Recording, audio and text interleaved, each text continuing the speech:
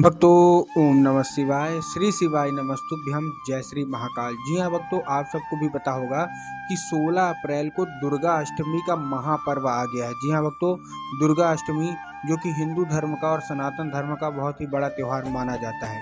मतलब जो नवरात्रि होती है वही बहुत ही बड़ा त्यौहार माना जाता है। पूज्य गुरुदेव कहते हैं कि जितना महत्व प्रदोष के व्रत का होता है, जितना महत्व सोमवार की अष्टमी का होता है, जितना महत्व महाशिवरात्रि का होता है, उतना ही ज़्यादा महत्व हमको किसका होता है? हमको नवरात्रि का होता है। तो अगर आपकी भी कोई ऐसी मनोकामना है जो कि वर्षों पुरानी है और अभी तक पूरी नहीं हो रही है, तो नवरात्रि के इस पावन अवसर पर, जो चैत्र नवरात्रि चल रही है, इस पावन अवसर पर आप अपनी सारी की सारी मनोकामना बाबा भोलेनाथ और माता दुर्गा से मनवा सकते हैं। क्या करना है, कैसे करना है, पूरा आपको समझाने वाला हूँ, उपाय बताने वाला हूँ, तो ध्यान से सुनिएगा। देखिए, जो 16 अप्रैल है अष्टमी है। अब अष्टमी वैसे गुरुदेव तो बताते हैं कि जो मतलब जो होती है, ये नवरात्रि होती है, इसका हर एक ही दिन महान होता है, लेकिन इसमें जो अष्टमी होती है वो सबसे महान माना जाता है। क्यों? क्योंकि आपको भी पता है, जो लोग सुन रहे हैं उनको भी पता होगा कि बहुत सारे लोग 9 दिन का व्रत रहते हैं, लेकिन क्या करते हैं, बहुत सारे लोग ऐसे भी रहते हैं जो केवल और केवल 3 दिन का रहते हैं। कौन कौन जो 9 दिन नहीं रह सकता, वो 3 दिन कौन? पहला दिन रहते हैं, पंचमी रहते हैं और अष्टमी रहते हैं। और उनमें से भी बहुत सारे लोग ऐसे होते हैं जो केवल और केवल अष्टमी का रहते हैं। अष्टमी से बड़ा कोई मतलब दिन नहीं होता। तो आपको 16 अप्रैल के दिन, अष्टमी के दिन आपको उपाय करना है, पूरा बताऊंगा, ध्यान से सुनिएगा। लेकिन एक चीज़ और आपको मैं बताना चाहूँगा। पिछले साल, जैसे कि आपको पता है कि मैं गुरुदेव की पूरी कथा सुनता हूँ, वहाँ से जो अच्छे अच्छे उपाय निकल के आते हैं, जो कि लगता है कि आपको देने चाहिए, वही मैं आपको देता हूँ।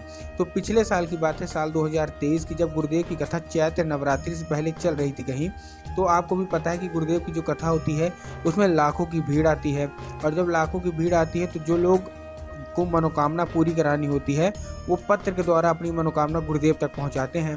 तो जब गुरुदेव के पास पत्र पहुंचा और गुरुदेव ने जब पत्र पढ़े, तो उसमें बहुत सारे लोगों की यही मनोकामना थी। किसी की धन प्राप्ति की मनोकामना थी, किसी की कर्जा मुक्ति की मनोकामना थी, किसी की कोई बीमारी की मनोकामना थी। मतलब तरह तरह के लोगों की मनोकामना थी, और सब यही पूछना चाहते थे कि गुरुदेव हमारी मनोकामना कब पूरी होगी।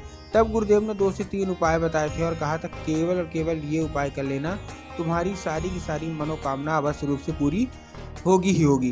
गुरुदेव के द्वारा बताया गया ये उपाय लोगों ने जाके घर में किया, और आप विश्वास नहीं मानोगे, 1 से 1.5 महीने के बाद गुरुदेव की कथा में वापस आए और फिर से गुरुदेव को पत्र लिखा। लेकिन इस बार का जो पत्र था, ये गुरुदेव को धन्यवाद के रूप में पत्र था कि गुरुदेव धन्य हो आपका, आपके द्वारा बताया गया उपाय हमने कर लिया है, हमारी सारी की सारी मनोकामना माता दुर्गा ने पूरी कर दी है, आपका कोटि कोटि धन्यवाद। तो देखिए, अगर आपको भी जानना है कि आखिर ऐसा कौन सा उपाय है जिसको करने मात्र से लोगों की जो मनोकामना होती है मात्र 1 से 1.5 महीने के अंदर पूरी हो जाती है, तो चलिए हम बताते हैं आपको इस वीडियो में।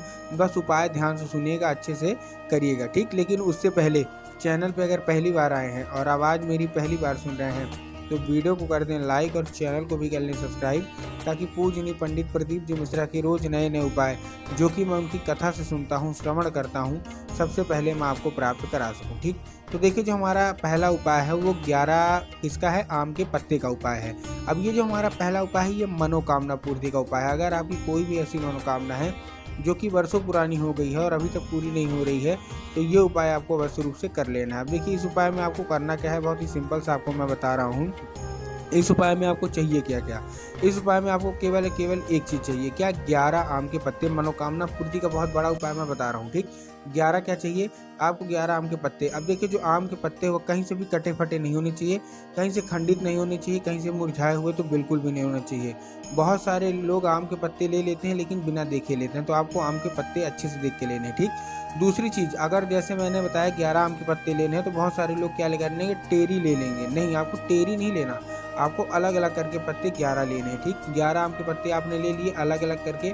अब उसको क्या करना है? अब उसको आपको गड्डी के रूप में बनाना है। जैसे गड्डी बनती है ना, एक के ऊपर एक, एक के ऊपर एक, एक के ऊपर एक, तो आपको ऐसे क्या करना है? 11 आम के पत्तों का एक गड्डी बना लेना है और उसको कच्चा सूत से बांधना है। किससे बांधना है? कच्चे सूत से। कच्चा सूत आप जानते हैं ना, बस व्हाइट कलर का होता है, सफ़ेद कलर का, उसी से आपको बांधना है। बांध लिया। बांधने के बाद आपको क्या करना है? जैसे आपने बांध लिया, बांधने के बाद उसको शहद में, देखिए दो साइड होती है, एक पत्ते साइड हो गई, एक डंडी साइड हो गई। तो आपको डंडी साइड से आपको क्या करना है, आपको शहद में डुबोना है। ठीक, शहद में डुबो दिए। अब शहद में डुबोने के बाद आपको लेके पहुंच जाना है कहाँ, सीधा सीधा शिव मंदिर। ठीक, शिव मंदिर पहुंच गए। अब देखिए जो लोग आधा अधूरा उपाय सुनते हैं उनके दिमाग में क्या होगा कि शिव मंदिर पहुंच गए, अब हमको कहाँ अर्पित कर देना है, अब हमको बाबा भोलेनाथ की शिवलिंग पर अर्पित कर देना है, जो कि गलत है। आपको बाबा भोलेनाथ की शिवलिंग पर अर्पित नहीं करना। आपको कहाँ अर्पित करना है, आपको अर्पित करना है माता सुख सुंदरी की जगह पे। अब देखिए अगर आपको पता है कि माता सुख सुंदरी की जगह कहाँ होती है तब तो ठीक, लेकिन बहुत सारे ऐसे लोग हैं जिनको यही नहीं पता कि माता सुख सुंदरी की जगह कहाँ होती है। तब गुरुदेव ने बताया कि आप जिस भी शिव मंदिर जा रहे हैं उस शिव मंदिर का क्या होता है, जो जलाधारी होती है, जलाधारी के दाएं मतलब राइट साइड में माता सुख सुंदरी की जगह होती है। तो आपको क्या करना है, माता सुख सुंदरी की जगह पे आपको अर्पित कर देना है बस, और अपनी मनोकामना क्या है, मांग लेना है। पूज्य गुरुदेव कहते हैं कि अगर आपने ये उपाय कर लिया तो मात्र 1 से 1.5 महीना लगेगा, आपकी सारी की सारी मनोकामनाएं पूरी होगी अवश्य रूप से। ठीक, ये था हमारा धन प्राप्ति का पहला उपाय।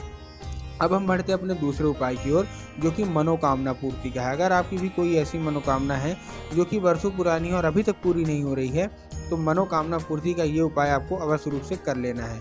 आपको इस उपाय में 2 दिन करना है, मतलब सप्तमी और अष्टमी दोनों दिन का ये उपाय करना है। अब ये उपाय को आपको करना कैसे, देखिए सबसे पहले इस उपाय में आपको करना है सप्तमी के दिन रात, जो सप्तमी होती है रात को, आपको रात को उपाय करना है।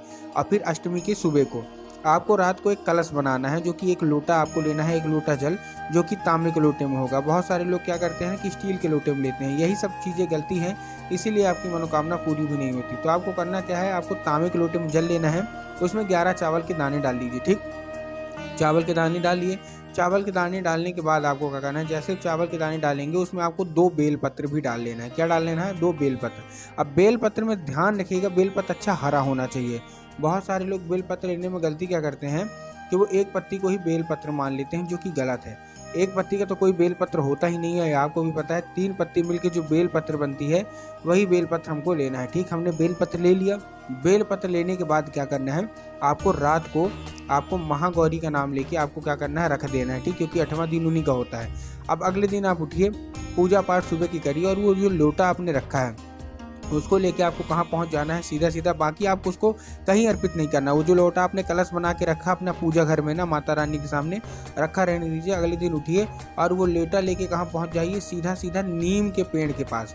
पूज्य गुरुदेव ने कई बार कहा है और हमेशा कहते हैं कि नवरात्रि के 9 दिन नीम के पेड़ में माता दुर्गा का वास होता है। तो आपको नीम के पेड़ लेके पहुंच जाना है। नीम के पेड़ के पास आपको पहुंचने के बाद करना क्या है, आपको महागौरी का नाम लेके आपको चुपचाप अर्पित कर देना है, और अपनी जो कोई भी इच्छा होगी, जो कोई मनोकामना होगी, जो कि वर्षों पुरानी है और अभी तक पूरी नहीं हो रही, चाहे जो मनोकामना, धन प्राप्ति हो, कर्जा मुक्ति हो, बीमारी हो, कोई भी मनोकामना, सबका सब बोल दीजिए। आपकी सारी की सारी मनोकामना बाबा भोलेनाथ और माता दुर्गा अवश्य रूप से पूरी करेंगे ही करेंगे। तो उम्मीद करता हूँ आज के जो मैंने आपको उपाय बताए दोनों के दोनों आपको समझ में आ गए होंगे। पहला मैंने आपको धन प्राप्ति का उपाय बताया, दूसरा आपको मैंने मनोकामना पूर्ति का उपाय बताया। उपाय अच्छा लगा हो तो कमेंट बॉक्स में हर हर महादेव अवश्य रूप से लिख दें।